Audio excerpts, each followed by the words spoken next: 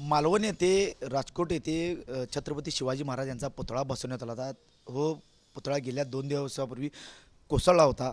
कोल्हापूर शहरातील चेतन पाटील या कॉन्ट्रॅक्टरने हा पुतळा बसवण्यात आला होता।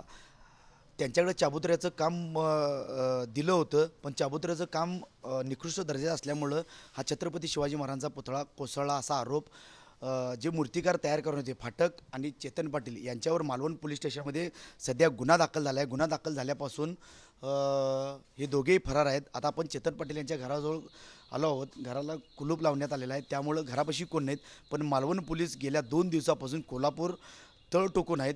कोल्हापूर स्थानिक पोलीस आणि मालवण पोलीस त्यांचा सायबर च्या माध्यमातून त्यांचा शोध घेत आहेत। आपण जर एका बाजूला बघितलं तर सध्या छत्रपती शिवाजी महाराजांचा पुतळा पडल्यामुळे कोल्हापूर जिल्ह्यासह महाराष्ट्रामध्ये सध्या रान पडलेला आहे की देशाचे पंतप्रधान नरेंद्र मोदी 8 महिन्यापूर्वी हा पुतळ्याचं मोठ्या गाजावाजा करत उद्घाटन करण्यात आलं होतं, पण पुतळ्याचं काम निष्कृष्ट झाल्यामुळं हा पुतळा पडला। पण गेले 50-70 वर्ष महाराष्ट्रामध्ये छत्रपती शिवाजी महाराज यांचे पुतळे बसवण्यात आलेले आहेत, पण ते पुतळे बसवले नाहीत।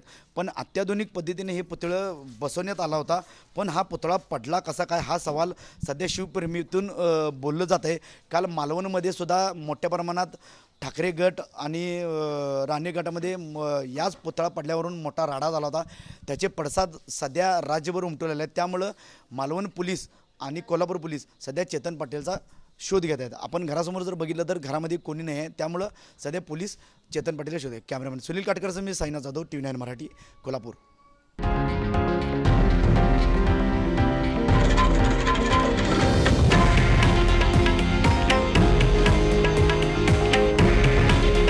हे आहे देशातील नंबर 1 न्यूज नेटवर्क आणि आपण पाहत आहात TV9 मराठी। काळजी तुमची, हित महाराष्ट्राचं।